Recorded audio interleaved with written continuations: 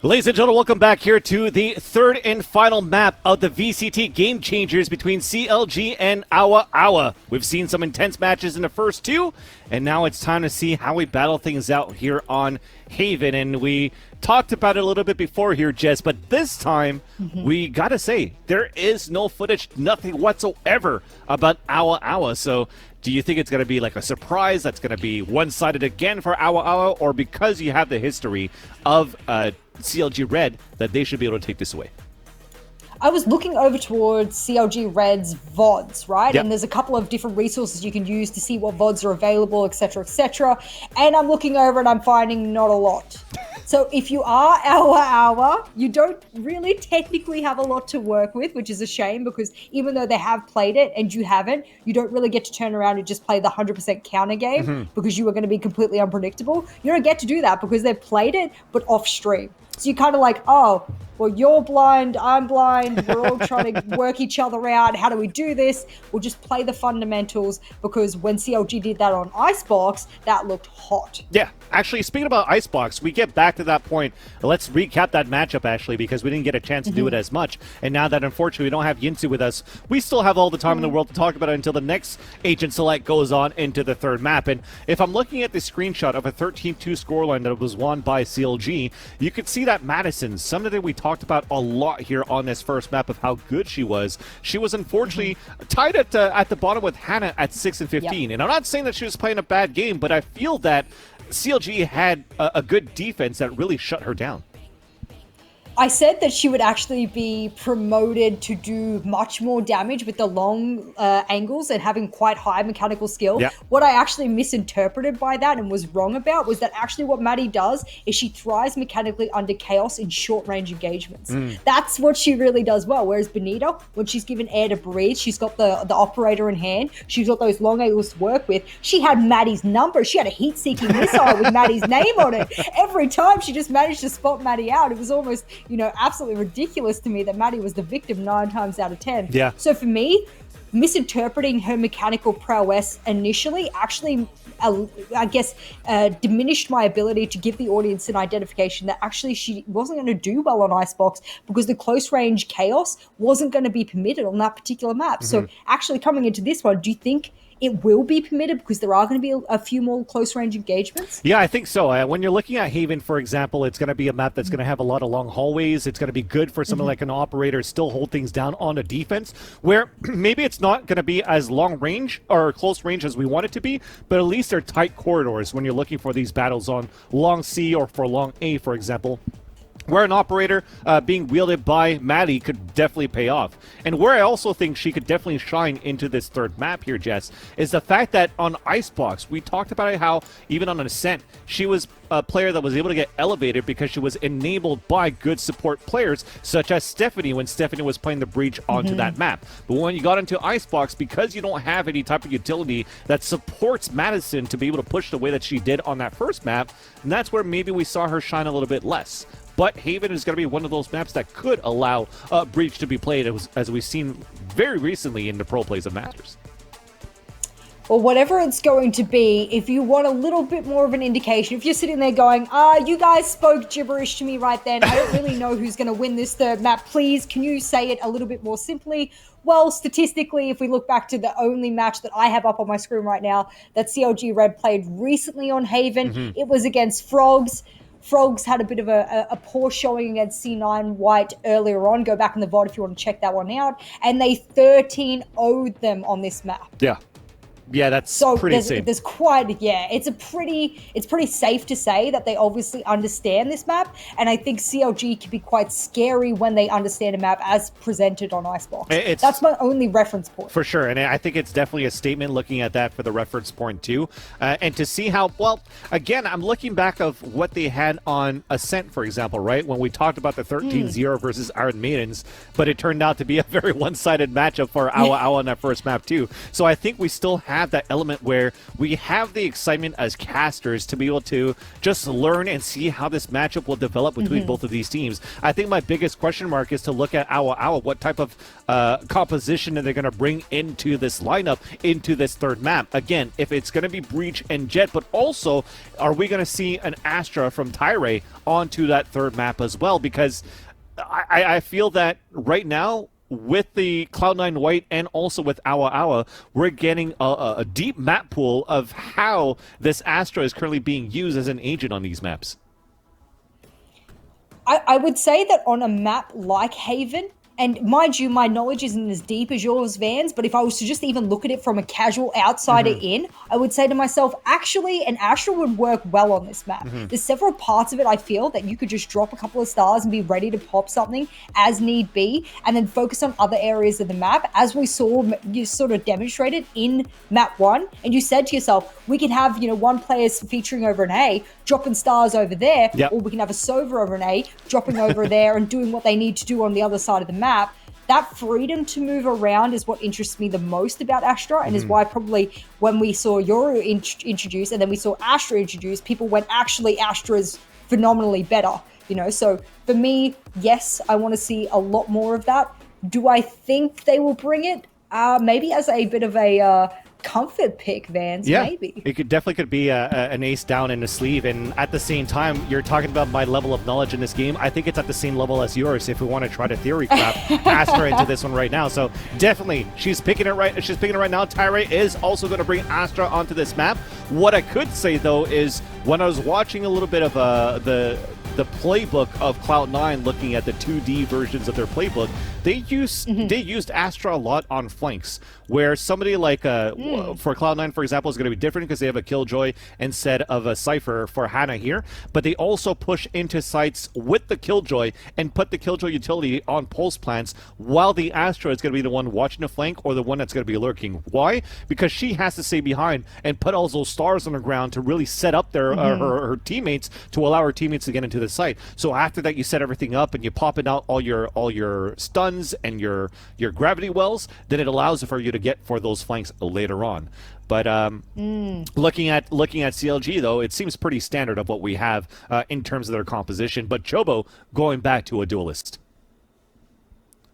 I'm glad Chobo is going back to a duelist, and that's not out of me just going, oh my god, look how many headshots she hit last map. She's on it. She's hitting the accuracy points tenfold. And when you're on someone like a Jet, not only can you be quite nimble and traverse the map a lot more appropriately whilst you are hitting heads effectively, you might also be able to assist in those entry points, those entry frags, the first bloods that your team needs. And speaking of first bloods, they want to make it quick, raining over towards windows and make it a very fast pistol round to begin with before things are probably likely going to calm down for an A push.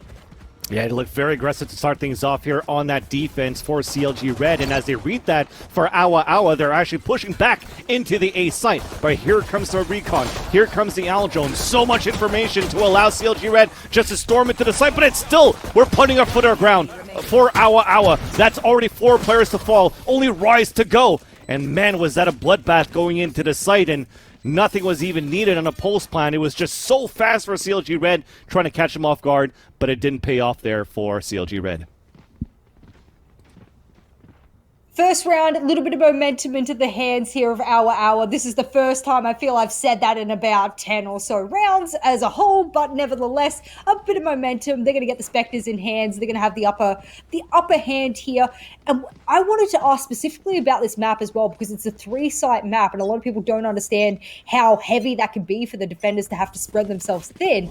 Do you think that that's going to weigh on the backs of CLG Red, or that's just a nondescript factor of this? I think for now, you're just setting the pace. You're just trying to set the tone on that pistol round to say, look, we've gotten dominated on that second map, but we're still here to fight. And look at even their position. They're okay to leave one person behind and just let them come towards them and say, we're not afraid to face off against you, no matter what pace that you bring. So for them to win that pistol, but for CLG to clap back the way that they are on this eco, they're both trying to send a message.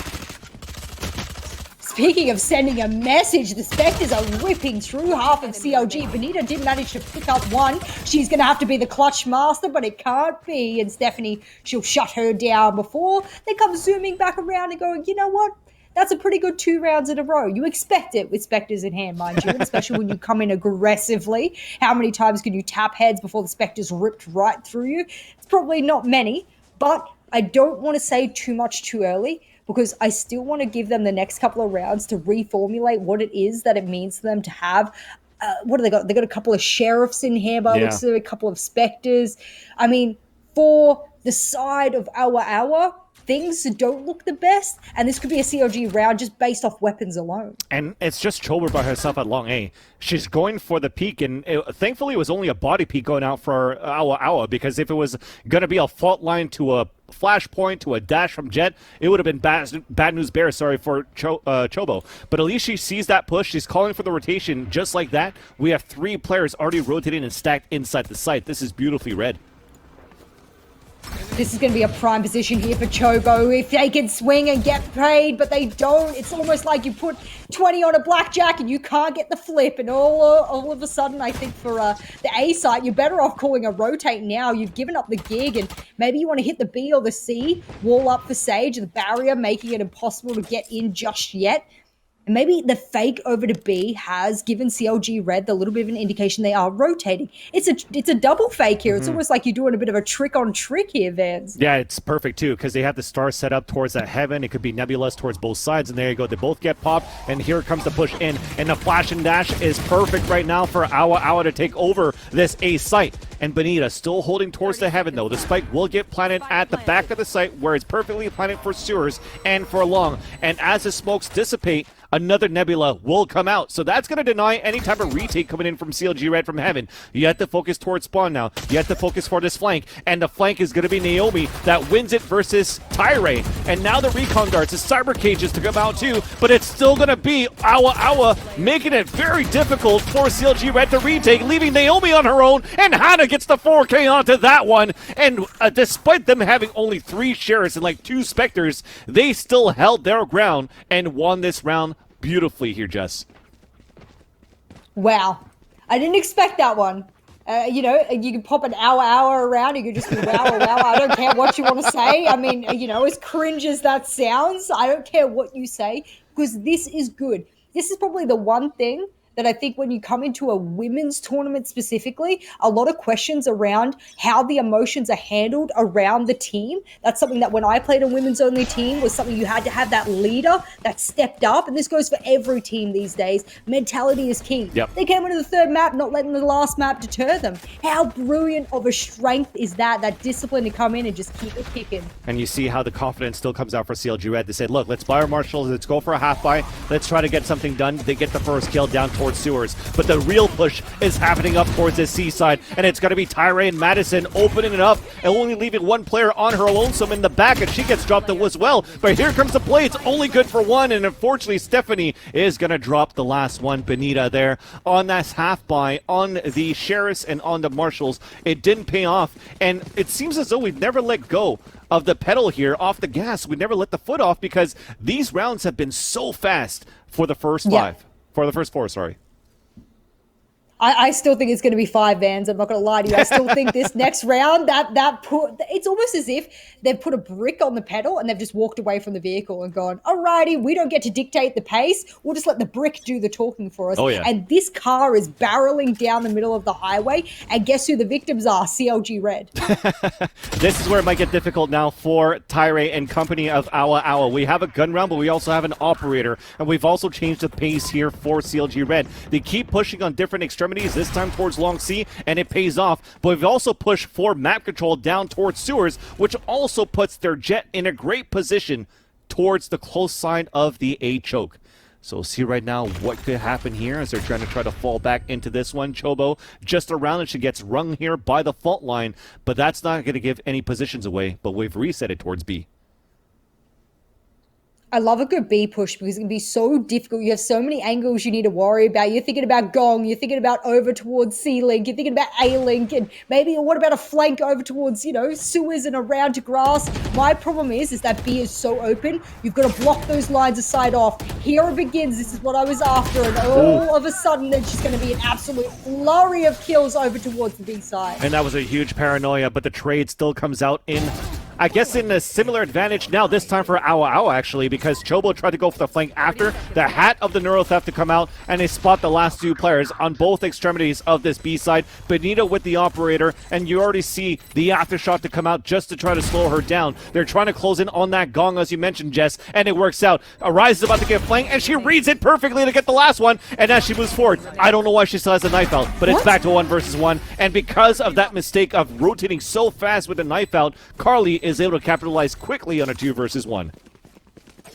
That had to be miscommunication there. I don't want anyone to read into that and to say, what were they doing? Either there was 2 problems there. One, they either thought they got the last person, which can oftentimes happen when there's a flurry of kills happening on your kill feed. Or 2, there was a miscommunication that the last one may have been over towards window or somewhere else. And that's all that really would have come down to. So I don't want to paint a negative picture on that moment when that could have absolutely been an easy 2v1. Yep. It's a shame. You miss out on a round that could have really done wonders for you, but they'll pick it up, give them some time. That was some serious confidence and promise. Definitely. And you could see from the angle for Benita got killed too, right? Because she's already looking towards that area, and with aiming down a crosshair in that spot, nobody speaks out from that box. You can't really see the model coming through, so they probably thought it was definitely clear at that point. So unfortunately, a miscommunication that puts them back into a save, but they still have that aggression coming out forward. But now it's going to be a flanker to the flank. It's going to be Tyre who does get the execution onto Benita. The spike is now going to get planted, and it's going to be a safe pulse plant right now for OWA OWA from Sewers and from Long A. Chobo's been really accurate. We need a good headshot to hit with the Marshal because unfortunately body shots won't do it, but guess what will? A headshot through the wall onto Heaven will make the play, and with the numbers they've got now, it's still possible, but oh no! Over towards Yellow, that's not enough. You need to make sure you're hitting those shots, and a 1v4 now, I think we can safely say that there is not a single round to be had yet from CLG Red. The momentum switching so fast that the whiplash is so strong. I'm gonna need a coffee soon, but I need a coffee. I'll tell you that much. How? I'm already awake from how fast this matchup is going, but not only how fast is it going, it's how intense things have been. Because as you see how fast it is for the attackers to execute onto a site, the flanks are also very quick from CLG, but the reflanks are even fast for OWA OWA. So we don't have any moments where we could actually try to breathe or really try to digest what kind of strategy is really going down right now for OWA OWA on the attack, or even how you want to try to retaliate for CLG Red, because you just want to go aggressively. You're trying to keep your opponents off guard, trying to take them off guard and try to win these rounds, and it's unfortunately not paying off here for CLG Red. What an aggressive defensive play to push all the way up C long and just have a really good go of it. That recon dart's going to give away the position of the jet there.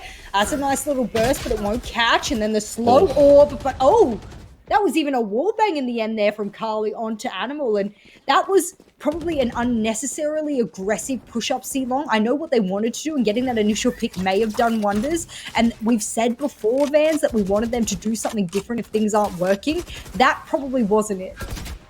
And the bait was perfect too for OWA OWA, because they really wanted to let themselves get tagged, and so that they could push down. There was somebody else on the left side of C, but with that though, it gives an open side, an easy take, but actually maybe not, because we've rotated already quickly towards the A side and we're backpedaling back towards the C side. So yes, eventually you're going to get an open site and a plant, but it's still an even situation where, you know, the percentage of victory here for CLG Red has greatly increased. Okay, maybe not anymore. Tyra hit a perfect flank there back towards the garage window to make sure that she cuts that rotation, and we're back in full effect here with OWA OWA on the pulse plant.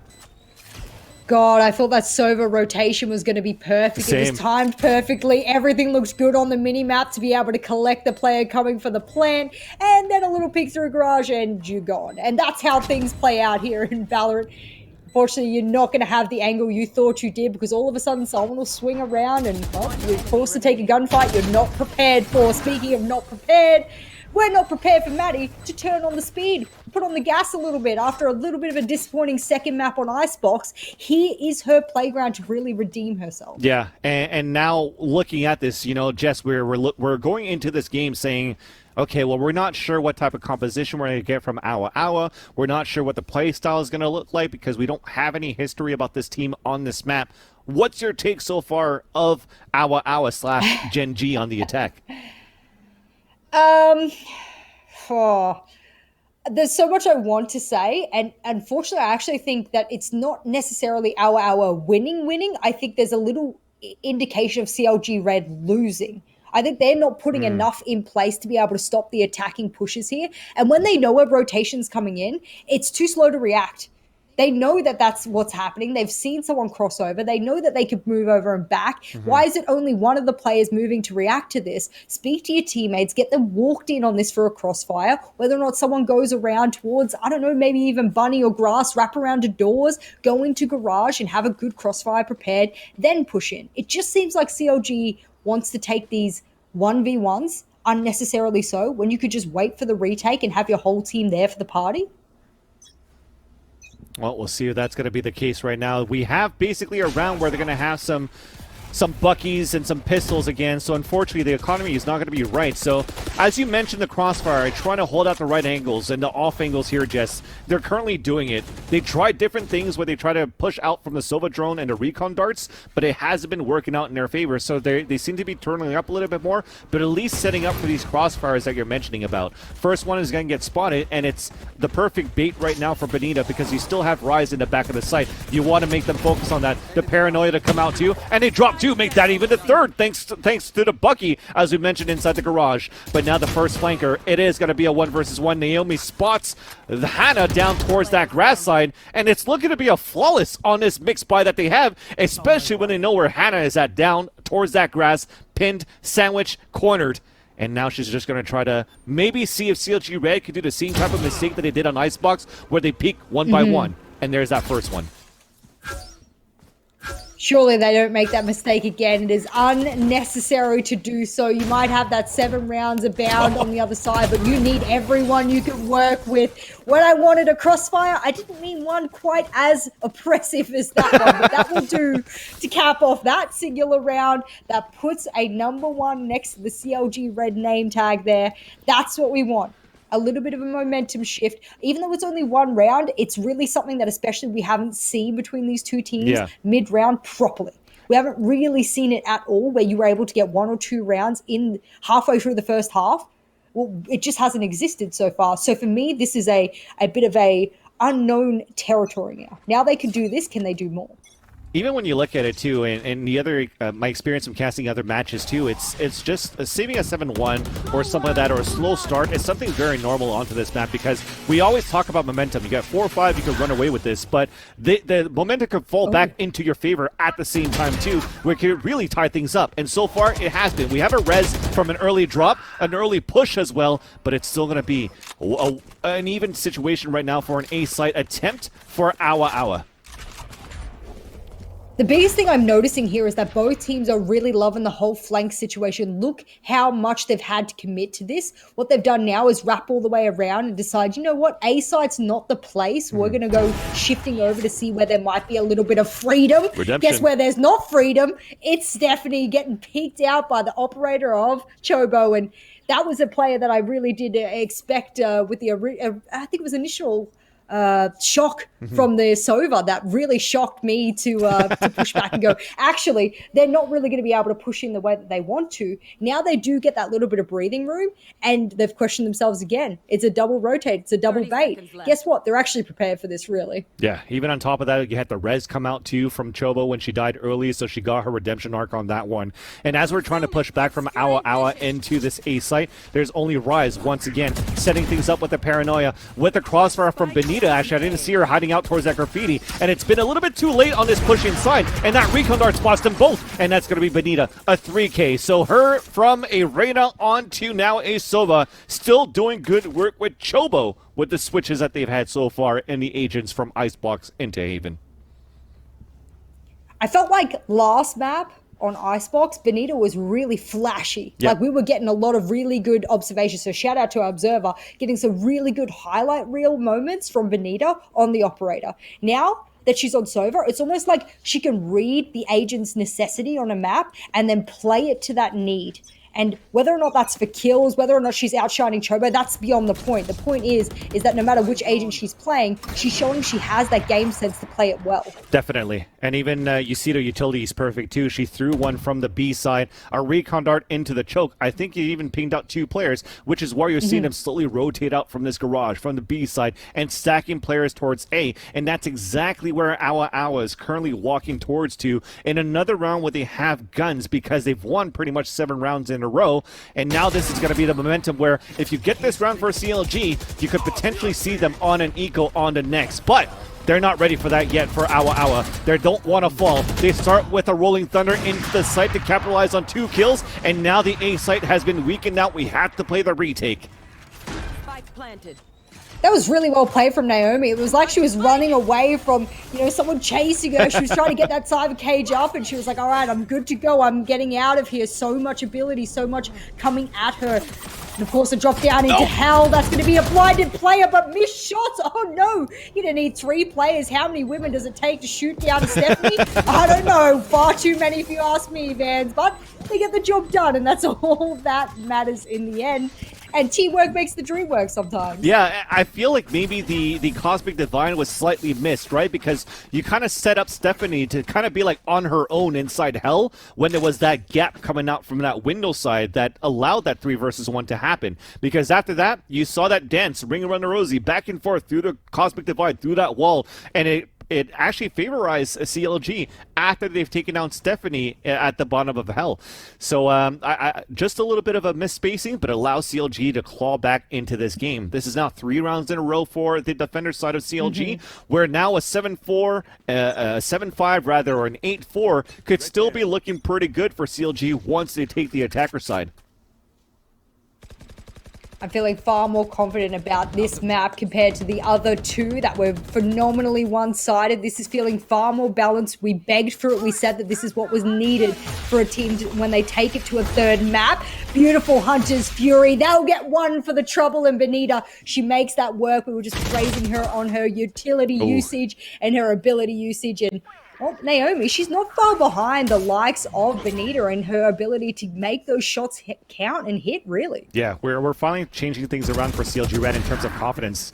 Stephanie a little bit shaky, but still wins that one versus Benita, and that opens up the B side. We're trying to push in. We do have some cloud bursts and some flashes coming out from Breach as Stephanie. We're trying to slow things down as well for CLG, so great utility usage from both sides, but it's going to be 3 players of CLG Red coming out from the A choke point and even trying to push out towards C so they could go towards the C link to the C site. We're still good for 1 kill for Naomi, but the neural theft then comes out, and we have the plant, but still a 1-woman advantage for CLG Red.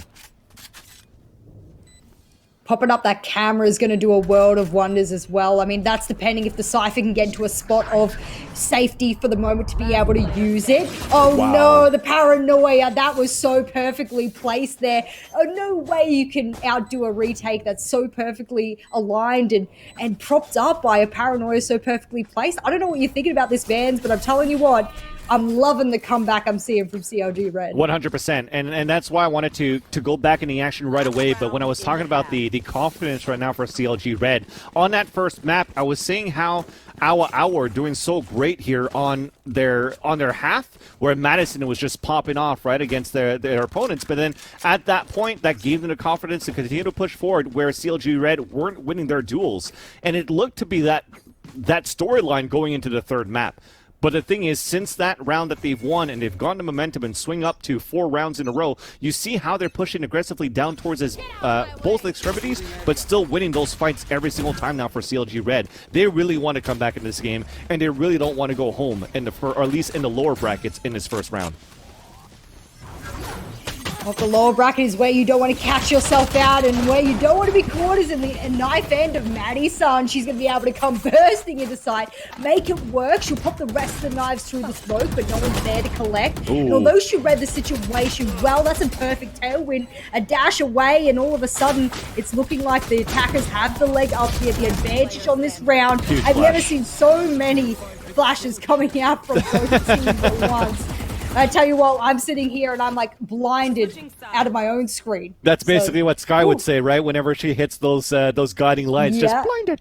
And it just showed how good it was from that hell position. And I mentioned it before, like where Stephanie is at towards that hell could be very deadly when she's playing that breach. Not only with the flashes to allow her teammates to peek out from long and from short, but also the aftershock, the fault line that she could throw through the wall that goes towards that spawn to really slow down any type of pushes that's coming in from CLG Red in the end. But again, this is way better than looking at potentially a 12-0 for OWA OWA in this first half. To be able to get these four rounds for CLG Red, you still have some hope moving into the second half. And I think that's a little bit of hope that we were looking for in the other maps, that now we can actually say with confidence is here to play. Both of these teams have read each other over the past 2 whole maps. Whether or not it was completely one-sided or not is beyond the point. The point is now you're in the map that counts. You're in the map that makes the decider as to whether you stay in the winner's bracket or drop down to the loser's bracket. And you don't want to be fighting from behind. You don't want to be the underdog story. You really want to start pushing through the winner's bracket and give yourself an advantage early. So whoever is able to do that here on this map, I think it's a pretty good map to have a good showing, because as we said, OWA OWA doesn't have a lot of history or any history on this map as a team. CLG Red had one of them, but no VODs to work off of, and it was against a lower tier team. So really, this is an even playing field for both of these teams. Yeah, you're really trying to feel each other out, and at the same time, it really comes down to on the spot, right? And we talk about how some teams were really good at adapting, and I'm thinking about OWA OWA at this point when they were playing on Bind. Like I said, they had 3 different composition playing Bind during the qualifiers, because if something didn't work, they adapted to a different composition. But now that you're kind of guessing your opponents on either side going into this matchup on this third map, you kind of have to think on the spot, on the fly, how are we going to take advantage of these type of positions that CLG Red were doing on the defense, and it did quite well. And then after that, it's like, okay, we know the tendencies now of what OWA OWA is currently doing on the attack. Let's try to retaliate. We know that we could push towards the extremities, and it's also paying off. But look at this. Stephanie's on top of the board with 13 kills and 8 assists as a breach, which is very rare, and you love to see that type of performance from an initiator. Individual performances have been blown out of the park for both teams in the past few maps, and it's good to see that the spotlight will now be shone on different players for this map, but there's still many rounds to go. And speaking of those rounds, it is going to be a fast one here for this particular round. Attackers want in, and they want this spike down fast. Missed shots from Hannah means Turbo gets a freebie with the frenzy. That was a nice little surprise, like a peekaboo just updrafting into the window and frenzying her opponent. And I like that she falls back at the bottom, because right now they could say, hey, she's playing towards hell, but maybe they don't know that there's a second player just hiding at the bottom with her right there. And now the Owl Drone is going to spot 2 more towards that spawn. They're in a great position for CLG Red right now to win this pistol round, as Benita, she's looking back towards his long side. She has a recon dart once this wall breaks. This is going to be so difficult right now for OWA OWA to retake. We're probably going to, well, as I say that, they drop 2 and make that even a third, and it's a 2 versus 2. We're pushing through the smoke. What a right click, and Madison comes in, but maybe not enough time. Ooh, so close. And it's not going to happen. CLG Red is going to get this pistol. I almost cast a curse it. I'm glad I didn't. I'm glad you gave it the pause suspense that moment needed, because I was certainly not going to say anything with my caster cursing history in this particular series. So I'm glad we left that one to its own devices, because overall, I really did think it was a great retake. Yep. I was hearing the ticking of the spike, and I thought to myself, you've actually left it a little too late. I know you're waiting for smoke to clear, but sometimes when you're out of time, you've just got to push it. You just pop that recon bolt in. You've got to get on in with the time that you have and make it work. Either way, close call there. CLG Red bringing it back. And now they saw the flash and dash. They know that one is hiding towards the wooden boxes outside of garage. And now even a recon dart spots 2 more. They know this is an aggressive push. Just hold down towards that spawn, and it's playing out perfectly. So the last 2 are going to fall. And as this happens, I just wanted to reflect back on that pistol round there, Jess. Just to, as you mentioned, as the smokes, maybe you don't want to wait for it to dissipate. You have to push in to prevent that defuse. And as they lost that fight for CLG Red, even if they lost that fight from a right click onto Madison, that was the right click that was needed to allow for CLG Red to win that pistol round. If it wasn't for that, like if her teammate actually got the kill instead, I think that would have been an OWA OWA win on the defuse. There you go. Sometimes it comes. I feel like I'm a broken record every time I say these tactical FPS games oftentimes come down to milliseconds. 100%. That's what that really was, and it just comes down to the decision making. Could you have known in 0.2 of a second to let your teammate take that? Probably not. Of course not. You're just trying your best to try and deal with the situation as it is. Speaking of the situation as it is, it looks like a fast B push is the play. CLG be making these fast pushes work. Albay very, very carefully, and it's going to be a rain onto the B side. Even seems as though it could be a fake at that point, because you do have the shadow step that came out from the Omen at the same time as Rise, but everybody's pushing in from Garage into the C side, but it's not paying off. Everybody's getting dropped here for CLG Red, and OWA OWA are looking for a flawless. It gets quickly denied though by Animal down towards that site. Elisa Spike has been planted, a slow orb, but a wall bang from Stephanie, and Animal trades it out. This is a bonus round at least for Animal and company of CLG. The defuse is going to come out for OWA OWA, but they lose 2 players in the process. Thanks.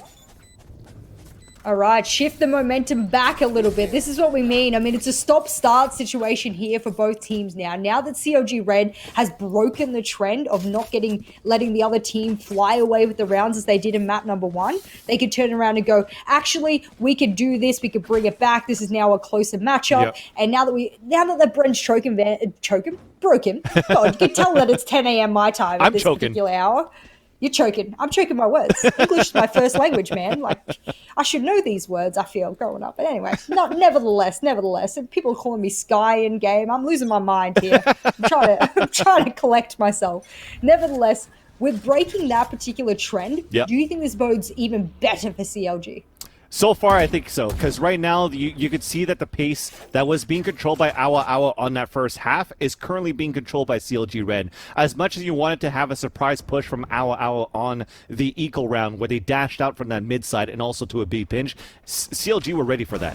So I think at this point they're going to be ready for any type of like stacks, trying to know how to read their opponents a little bit here on the defender side. And look at that, even when you have a full gun round, they've walked into an empty site with all 5 players setting up on that side with no lurks. So you kind of have an idea of how they're playing it, even though you don't have that footage.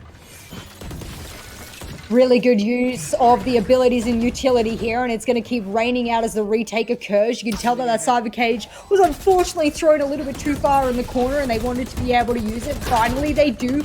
Recon bolts will give away situation, and look at that. That's a red, blue, if I've ever seen it. Is it Christmas time, Dansley? Because that's I hope that's not. looking on the top. Oh my goodness. Spring has just arrived here, Jess. Just let me have my sun, let me have my golf. I can't go through another winter of staying home. Just let me have it. I like the green and the red. Of it course shows how you play golf. Of course. But I was gonna say, yes, of course it looks like Christmas, but it does show right now that at least on these pulse plans and how they want to retake for both of these teams, they are set up perfectly to trade off on each other. How close these rounds have been, and how close they've been not only on time, but on trade departments, they are playing it a lot better than what we wanted to say at the beginning on the first map and second map, saying, look, they need to try to set up trades a little bit better. They need to work as a team a little bit better. And we are actually seeing that in this third map. Oh, what a great angle here from Rise. That downward angle works really well, but these whip shots don't, and they're going to have to back all the way up. Damn, that's a nice shot onto Carly there. Just sort of leaving. It's a bit of a drive-by as he shoots through the smoke, and, you know, she makes it work. She gets the kill, and that's a really good opportunity for them to rotate over to A now. They've made so much of a ruckus over towards C long that now they could just take A for free. And you see as they're coming into the site how they're setting things up at the same time for CLG Red. We just have their Cypher, just putting some stuff all around the site and just prepare for this pulse plan situation. The wall also came up at the same time. It's just going to make things a little bit more difficult here for OWA OWA because they knew for CLG Red that they were on an eagle right now. I don't foresee this being very possible here for the defenders of OWA OWA. They're going to have to put so much together so quickly, but one of them will fall, and that was a beautiful bit of a shot there from Benita. They'll throw another one out, but that's a recon to confirm her exact position, so they can start peppering through all of the cages and the other walls that were in shape. Hannah, she'll get the sheriff and she'll make it work, but no matter how much of a cowgirl she might be, it's too little, too late. And she'll die to fall damage. That's right. Just like I said, just leave yourself to die if you're at the point you just want to make things a little bit more expensive as CLG Red are trying to run away from the spike going off. But overall, though, it does mean that we're only one round away of tying things up. We're pulling out the big guns at least. Madison with the operator. How do you deny this right now as Madison is playing down towards this long siege? Oh, you don't push it. You just don't peek Maddie. Is that a viable counter strategy? Can I say that? Can I just say, hey, if you see Maddie, don't push? I think that's a great statement. I think that's very doable too, because you even look at her with the Blade Storm. She's been very deadly with that as well. But there's the way that they kind of did it. They had that Hunter's Fury to try to push her out, and that's an open site to move in. Why are we consistently seeing these open sites? Well, probably because it's a triple site map, and overall that's a lot to spread yourself thin, so I'm not going to yell at the defenders of OWA OWA too much. What I am is if they don't put themselves together for a nice retake, this is possible, and the Omen outplayed and outgunned in the totals, and that's going to be a beautiful move out of situation of disaster as they come raining through from the attacking, or rather the defending side. And that's 3 players moving in. The flash is out from Breach, and that's allowed Tyre to get 2 kills, and they've overtaken the site. We have nothing but smokes coming up towards the front C side, and even a rolling thunder. This is going to be so hard for them to try to come through, and that allows Animal to push forward. That's 2 kills, but do they have enough time this time again? They should, because it was already a halfway, and now OWA OWA puts it up at 10-8. That push through garage was going to be the clutch there. That was actually going to be the real difference maker for the attackers there. And unfortunately, all of the defenders, they just kept tapping that spike. They're like, we got to keep our hands on this spike, no matter even if we're going down. The next teammate will pick it up. The next teammate will pick it up. We've got good smoke cover for C long. But their garage play was really the thorn in their side. They dealt with it. But my heart sank the moment they come storming out of that garage area there. I was like, oh no, connect a spot. No one's looking. But that's okay, because this is the closest map you and I have had today, and I'm we love it. For it. We love it. We're here for it. And Yinsu, I know she wasn't with us on a pregame of this third map, but I'm sure she's sitting behind me like, I wish I could speak right now. I wish I could enjoy this matchup on air with these guys at the same time. But you'll have your chance here, Yinsu, once we finish this third map. But I hope that this third map is going to go on for a while, because it's going so close back and forth that I would love to see even an overtime to see how much these two teams wanted to move forward in the VCT Game Changers, the first one ever here in North America as the stop. But back with the action. CLG Red back, still stale on a 5 versus 5. It's a default to slowly work things out on a map control. And it's up towards the C side to create a lurk from Rise. And you see it right now, and she's going to win that fight. This could pull the rotation and allow right now CLG Red to go towards A, but they decide to push towards C instead. I'm watching the minimap right now, and I'm a little bit worried here for the attackers. Have they read this properly? Have they read this appropriately? Gong position in the hand of Rise, who hasn't missed so far, but will finally show us they can. Oh, no. And Tyre locking down onto B. What's this rotator we're seeing? What's happening down the bottom? Oh, God, Surprise. the quick scope onto Chobo. Yeah, that surprise didn't work out to the Jets' favor there. Even there, she gets a shot into Benita. I'm just exclaiming a huge oh no, because it was perfect there for CLG Red how things worked out. With Rise lurking out towards that C side and getting that first kill, she did force to rotate out towards that B side over to C, and they already had 3 players committed down towards that A site. So if they're already there, rather, why didn't they just keep going? They went back towards that C side, they got stopped, and then they had another lurk towards the A side, and then they had to fall back because even Rise, as she got map control towards C, she still ulted away from the spot before they even got map control. A curious decision making there, whether or not that was one player making the shot call or the whole team deciding that the play was better done elsewhere. Either way, the score line now is going to favor OWA OWA. You gotta put your chest into it, right? Like, I'm gonna deep OWA in my OWA. voice. There you go. I got it. No, you gotta OWA OWA like that. Yeah. It's nice OWA and- OWA, right? Yeah. There you go. OWA. I'm there. We You're fixed there. it. It took 3 maps, but you're there. Yeah, I mean, it took the closest one too, so I'm glad that we've made it. Oh no. Well, we are moving in here for CLG Red, looking for a plant here towards this B side. And this is something very standard right now. Put the wall up, go for a plant, and just play the pulse plant, because you do have a weaker advantage in terms of the weaponry right now for the attack. But this is perfect. We haven't really reacted yet for the defenders, and we're playing our off angles to try to hold things off. All of a sudden, those pop shots coming through the smoke are going to pay huge dividends as well. Oh my goodness, you got to hit those shots, and Maddie does. Chobo, who is hitting shots in previous maps, is going to be the victim. And some good shots from Maddie here. Redemption story. Can it be Benita? The captain's going head-to-head. Who's who? It's Benita. That's who. And she's going to show that she's the superior captain here on this particular round. On a round that was so crucial for CLG Red, on a round that I think propels them into a momentum shift that could really give them the, I don't know, I guess the retake, or rather what's the word I'm looking for here, Vans? I'm looking for a word. Comeback. There we go. I got there eventually. Go through the vocabulary. I was starting to sweat. I was starting to sweat trying to figure out, okay, if I could read her mind correctly, what can I do?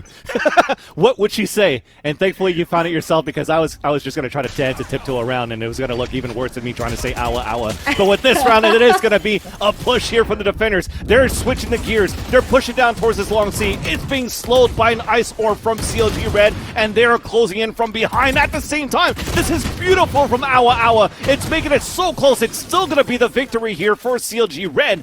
But man, oh man, when it was a round where they spent a lot of money on that previous round, they had a couple of rifles and only a Spectre, so you know that they bought down very low for CLG Red. They win this round and they lost 2 players in the process. The economy stays very low. So looking back in the final few rounds of this regulation, all of these kills and the players that stay alive for both of these teams is going to be crucial right now, Jess. Yeah, I mean, you're looking over a couple of those players who have quite stacked pockets, and then their teammates who are going, please help me, I need assistance. I've died too many times. I can't keep the pockets and the money that I need. However, I do want to see exactly how they traverse this particular round, because when you bring something back so close, we said it before here, Vans, is that the trouble is if you lose it after being so close, that makes you feel so much worse. So they've really got to keep the momentum now.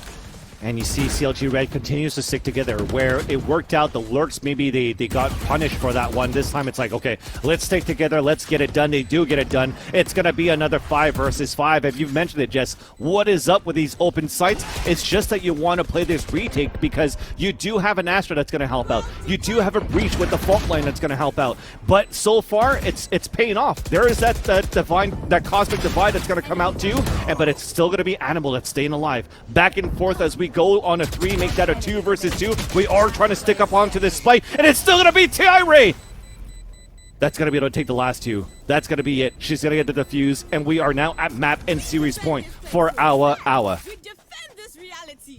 T-Ray has been the quiet assassin for her team. 100%. I feel like I've got to give her a nickname here, because in the previous map of C9 White, I gave her Carry Katie. Well, right here, I've got to give T-Ray the nickname of the quiet assassin. Whether it's the really successful flanks that she's been putting on throughout this matchup, or whether it's just those round-ending clutches that she's able to put in, as you're seeing there, she is dependable. It is hard to get a teammate that is confident and dependable like she is, that you can put her to her own devices and she'll do well no matter the situation. She might not be the top fragger, but she is killing it.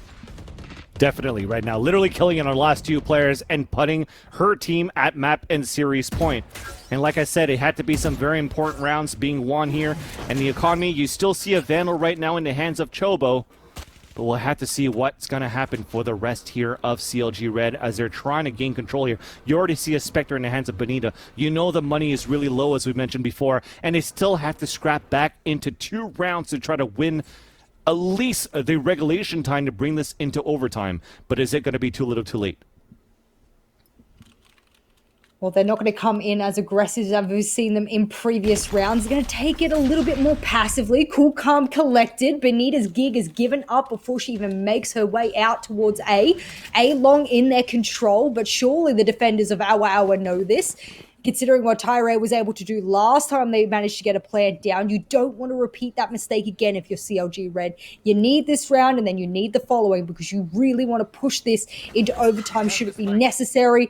And of course, that's why they're going patient. That's why they're going slow here, Vans. They want to be correct. They definitely were correct on that one. They threw a fake up towards that E side. You had Rise lurk up towards C, and now because of that, it's going to be another 5-on-5. But here's the tough part. There is going to be a rolling thunder for OWA OWA OWA, and we've seen what they did with the last ultimate for the retake that paid off, and how they were so aggressive coming back from the defender's side that paid off in their favor as well. And that's the first kill, but it's getting traded out, still at a woman advantage for OWA OWA. And here comes the Astra Stars onto the ground. We're trying to get the knives out from Chobo. There's that rolling thunder. It's still a 3 versus 3. They have the Hunter's Fury. They're countering back here for the defender's side, but it's still going to be a 2-on-2. And Benita still pulling out the Hunter's Fury onto another player, but we are sticking onto the spike, and Chobo does get the kill with 0.8 seconds to go, and CLG Red are going to stay alive. I almost just leapt out of my chair there, and I'm so glad I didn't, because I got my microphone on top and a backdrop behind me, and it was about to be an absolute disaster. 0.8 of a second, a game of mere milliseconds, and Chobo was able to just pepper some shots through and get the kill. I mean, that's the difference between a win or a not win, right there. Yes. Right, that one singular bullet. I am, whoo. I asked for close, but I didn't ask for like, tear-grippingly that close. And that's how it gets dangerous too, right? When you have to play it down towards long C on a pulse plan, it's so difficult when you still have controllers that are still alive, when you still have ciphers that are still alive, when you even have a rolling thunder from a breach. You're just going to have to try to spray through smokes and count your lucky stars, and hopefully that you get the kill. And it came down to so close. But back into this round here, Jess, we are also broke for OWA OWA. There's a potential, a huge potential, for CLG Red to win this round and bring this into overtime.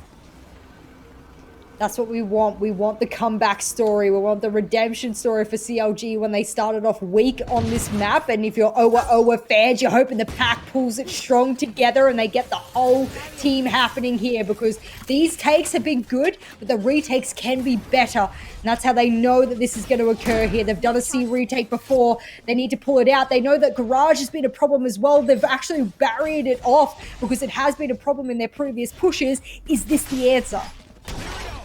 And you see it, they're playing a little bit more close into the site.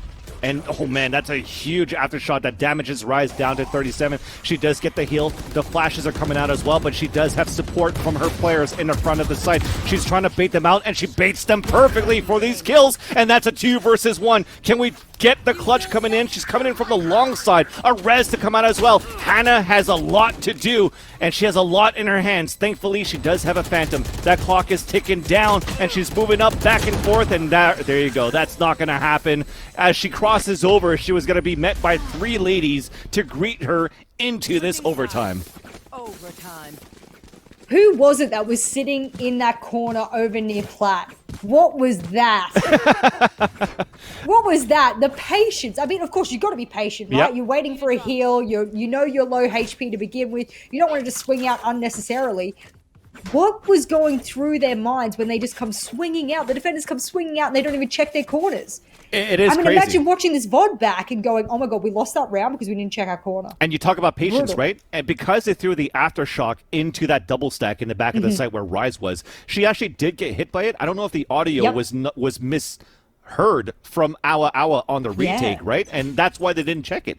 And everybody else is coming out from the C side on the crossfire from CLG Red. That just allowed Rise to just get those 2 kills. But into this round now, it is into overtime. We do have a glass cannon operator going into the hands of the Jet onto the CLG Red side. But at the same time, though, OWA OWA, after that first shot that rang, they're deciding to go towards the A site. I'm just watching the mini-map closely because you know that Benita is very aware. She's trying to pop out a couple of those shocks to make sure that the push doesn't happen so quickly. Give her teammates an opportunity to respond, and respond they do. It's Animal, and she's able to come swinging. This is why you check your corners, because all of a sudden you might have a defender there, and CLG Red, here we go. We're going to clap it away here, Vans. The comeback is incoming. Rubbing the hands together like a hot hands from a phoenix. I don't care what you've got to do, but I'm telling you, this is the redemption story, and I might not be sitting in my bed watching anime right now, but I'm getting the redemption arc I damn deserve. This is why that round was so important for CLG Red. Look at the timeline of the scoreboard, Jess. They've lost 7 rounds in a row when they were taking the attacker side first. Wow. So for them to allow to come back here into their attacker side and catch up here on their attacker side and still win their attacker side, or defender side, sorry, into that last round, that allows them on the attack to just, because of that comeback that they had, to be a little bit more comfortable to win this series. mixed it up a bit of what I was trying to say, but it was a much important round on defense that it needed that they got. That's the thing. You'll have a win percentage on both your attack and your defense. You'll lean one side or the other. Every single team and player does. They perform better on one or the other. And Van's points there is that, well, they actually decided to outperform. Usually do on that side, and that is what counts the most. You want to be able to walk away on your confident side here with the win. They know that it's going to be a B push now, and I tell you what, as the circle ensues here, Vans, you got to talk me through it because I guarantee it's going to be tricky. 100%. We're already super close from the C link and also the A link, but we've fallen back from the B side as well. A nice wall bang from Naomi, and we're just going to push back up. Naomi's going to try to sell a fake. Everybody else is working towards this A side, so Naomi just waiting for this wall to break while she could lurk out, but the rest of them are executing towards this A site. Good read. I do see one of the defenders rotating over, very aware, and the Sova as well will rotate over through the defenders. Rotates very quick. There we go. Naomi's in a really good spot, though. Does Hannah know about this? This is going to be crucial. This will be the round that wins CLG Red this game. I'm certain of it. 1, 2, make it end for me, baby. And yes, they do. Oh, the comeback, the redemption arc, the story that CLG Red will tell everyone else for many, many months to come is that they were able to come back from such a serious deficit in the first half to absolutely spread it in the second. That gives you such an important line right there, just looking at it, because in a game like Valorant, when it's only MR12, and even when you're playing ranked, there's going to be those situations where a 6-0, a 7-0, sometimes players are just going to stop talking, they become toxic, they just call for a surrender. But at that point, that is proof that for CLG Red, you could come back into the game, and it shows and it proves that right now, MR12, it doesn't matter if you're falling behind by 7 rounds. There's always still hope.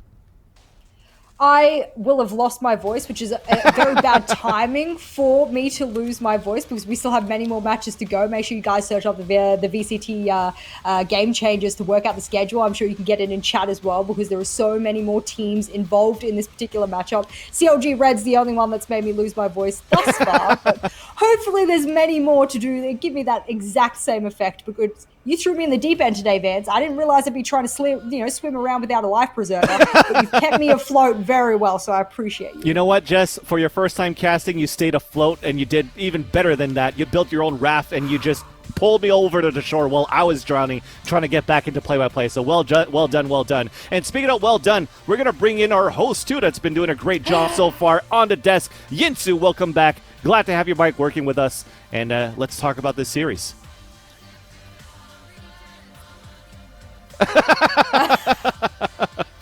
Here's that buoy. Here's that buoy. Oh, all right, let's go.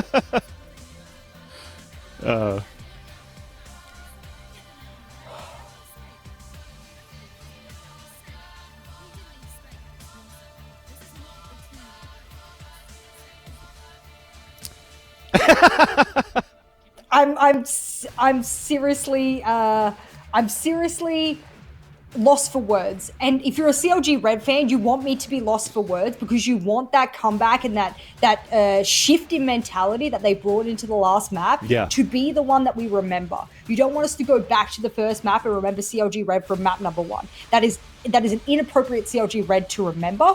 Coming into the next map and the map beyond, and you say to yourself, actually, this is something that, and I hate to use the word redemption continuously because it is just a repeat, but that's what it really is, down to the very last core of each player, was there was multiple players who showed up in areas, and Vans will be able to sort of dig into that deeper for me just after this, but that's something that as a viewer, as a team, as an organization, as a game, that's what you want for players because you know that they can break through that ceiling that they've set for themselves mentally and do well.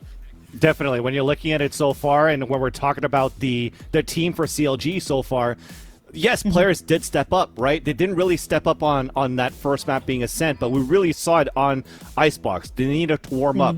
You saw that Benita was starting to step up at the same time too, but the utility just continued to be really great between Benita and her teammates. And even players that we didn't call their name that much, right? Animal, for example, in the last few rounds of Haven, they've done such a great job so far, or she's done such a great job so far to help out her team moving into the last few rounds and even into the overtime. But again, looking at the utility usage from both of these teams, have been so good, especially for the Sovas on both ends. Yeah. The recon darts that come out continuously from both of these sides, they've been good and good at tagging at the same time too. Like I'm talking about, I think it was Carly, right, playing as the Sova on their side for OWA OWA, but Benita has been one that's been playing super well at this point. I have to commend both of these teams. They gave us, like, even though it was one-sided in the first 2 maps, this third map to be able to go into overtime, it shows really their strengths and also where they could play on an even field.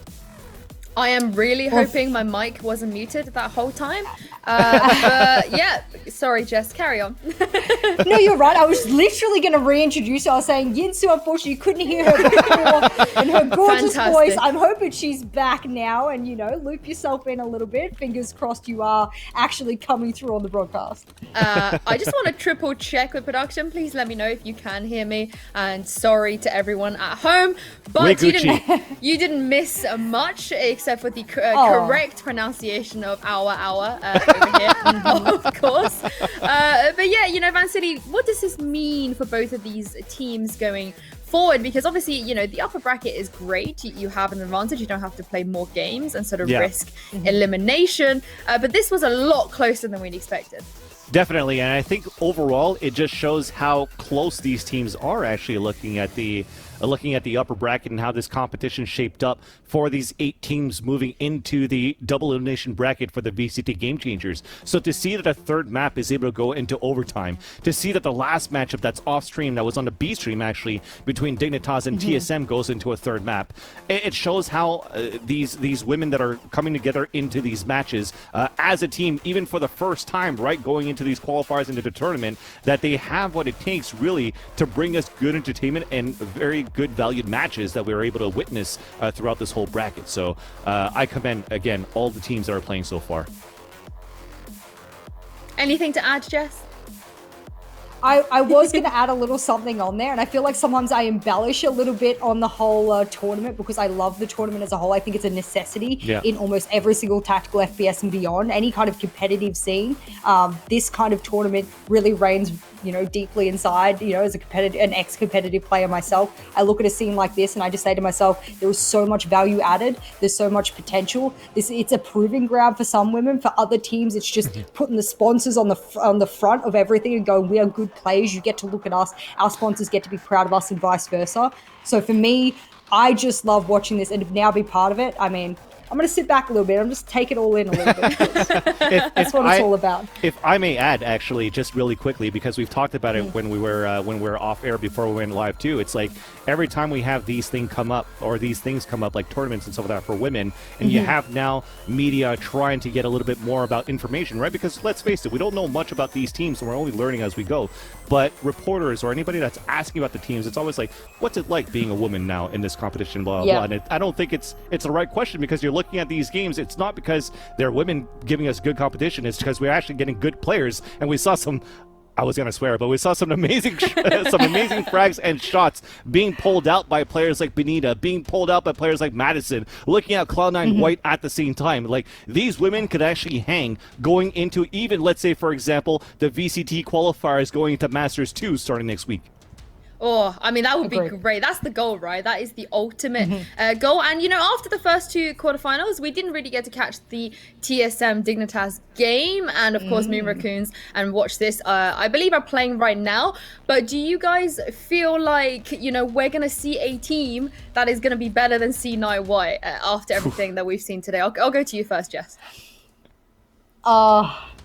I feel like the only other team that I haven't seen that I know from other scenes that I've casted before that really has a good shot is Dignitas. I think as a team cohesion, they are probably reigning supreme out of all of the team lists that I know about. Yeah. So for me, that would be the one team that if I was to turn around and pick a team out of the hat, it would be Dignitas. I would echo that too, because if you look at the roster from even Dignitas in their like CSGO days, right? Some of those players currently in that roster have been champions in CSGO. They have what it takes. They know what it takes to be able to win. Even when you're looking at CLG Red, they have a champion in that team too with Benita. So I think with that experience, that veterancy that you have from these players, it may shape up and cultivate that type of teamwork that you need to beat a team like Cloud9 White. But is it going to be enough? I would have to honestly say potentially not. But I like to say that they're going to be much closer games too, moving forward into the future. We will have to see, but for now, we do have a very quick post-match interview, of course, brought to you guys, presented even by Verizon. I am now joined by CLG Red's Benita. Hi, Benita. Welcome to the show. Congratulations on the victory today. It was very hard fought and a great comeback. I just want to start by asking you, what happened on Ascent? Because you guys didn't really come out strong, but after that, everything was absolutely fantastic. Hi.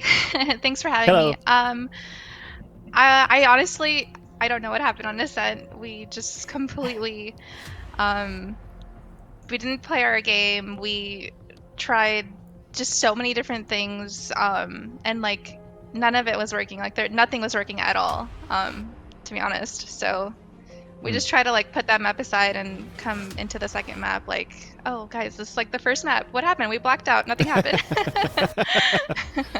It definitely looked like you guys blacked out. Sorry, Yinsu. It definitely looks like you guys blacked out and forgot about that because we saw such a dominant performance, especially you, actually, Benita, as the Reyna on Icebox. So looking at this matchup and looking at all the series overall, I've seen a lot of aggression and pushes from certain players to gain map control. Was that the plan going across the 3 maps against OWA OWA? So, to be honest, we didn't really have much of a plan. We just kind of focus on ourselves and try to play as cool, calm, and collected as possible. Do we have aggressive players on the team? Yes, we do. Can we also not play a aggressive style? Yes, we can. But to be honest, we just, I don't know. For me, playing Reyna is just super fun. I try to just, change it up. I feel like I've been playing Sova for so long, so every time I get off Sova, it's like really refreshing for me. That's the story of my life as well, yeah. I'm with you. But, I mean, with that in mind, why are you not sort of experimenting with Reyna on more maps other than just Icebox? Well, my team is honestly a bunch of... I'm a little bit on the older side, so as an in-game leader, I kind of just take a step back and fill in what's needed. And I feel like calling on Sova might be the best bet for my team right now. Even though my roster is incomplete, we're kind of just a pug, kind of, not really. Like, we have only 3 signed players right now, so. Yeah. I wanted to sort of jump in on that, Vans. Yep. You do have those 3 signed players, and I was going to question whether or not those extra players were going to be signed with you a little bit more long term. Do you think that what you've done today and what you've been able to prove, even just in this first series, does give you a little bit more confidence into the future with this roster? Or do you think that's something you'll still shake up into future tournaments? Well, with every female tournament, the scene shakes up really fast, actually. Just even speaking from CSGO experience, it takes one female tournament for like a roster to change. Because there aren't many female tournaments, you only get like that one tournament to kind of like showcase your skill and where you're at with your team. So because these female tournaments, like anything can happen like right after VCT, to be honest. That's just my theory, but I don't know, I guess we'll see. Awesome. I actually just wanted to rewind when you were talking about, trying to black out and forget about the first map here, Benita, because we had a very similar scenario going into the 3rd map. At some point, you guys were falling behind like 7-0. So what was that trigger that allowed you to just flip the switch and even flip the scoreline into your favor? I've always been told to like pause when you lose like 4 in a row. But I kind of stretch it a little bit. It's probably not like good to stretch it as long as I did, but it was basically the pause. Okay. Yeah. Okay. So we paused and talked about it. Like, I try to calm everyone down. It's like let's just keep it simple, guys. And we're playing Haven has 3 bomb sites. Like I try to rewind all the way back. Like, what are we playing? What's the objective here? So we have 3 bomb sites, we have a Sage, we have a Cypher. What are we doing with these? So I try to just go step by step. Because my team, said we're all newer players. Yeah.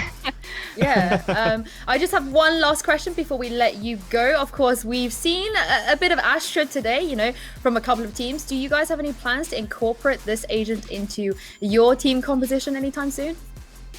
Yeah, we tried to incorporate her before this tournament, like to use her for this tournament, but it honestly didn't work out at all. Like we spent like 2 days, like we just kind of gave up. It was a little too difficult, so. Oh. I hope you guys try again, because I really want to put Vansili and Jess in a position where they have to cast Astra versus Astra. So let's make that happen. Thank you so much, Benita. Congratulations once again, and we'll see you back here tomorrow for the upper bracket semifinals. Thanks, Thank Benita. you so much, guys. Appreciate it. Thank you. Thank you. Well, that actually has made me feel a lot better on how this team is operating. You know, they, I think experience comes into this so well that they're just, okay, we lost badly on the first map, but that doesn't matter. Who cares? We got 2 more maps, just move on. And, you know, Vansili, as Benita said, even in the last map when they were 7-0 down, it's still like, you know, the game is not over until it's over. And I do feel like a lot of teams don't necessarily have that kind of mentality. Yeah, we said it during the broadcast at the same time too, right? It's like it's only MR12. It seems pretty short, but it's a game that with a lot of momentum, you could really string a lot of those rounds together. So putting that pause together was really a moment of adaptation too. That was definitely needed for CLG Red, and adaptation was the key for OWA OWA to get this far as well, from the VCT qualifiers into this one for the Game Changers as well. So I think both of these teams played super well in the end, and because a third map that goes into overtime that could go on either side, you can't really discredit either of these teams.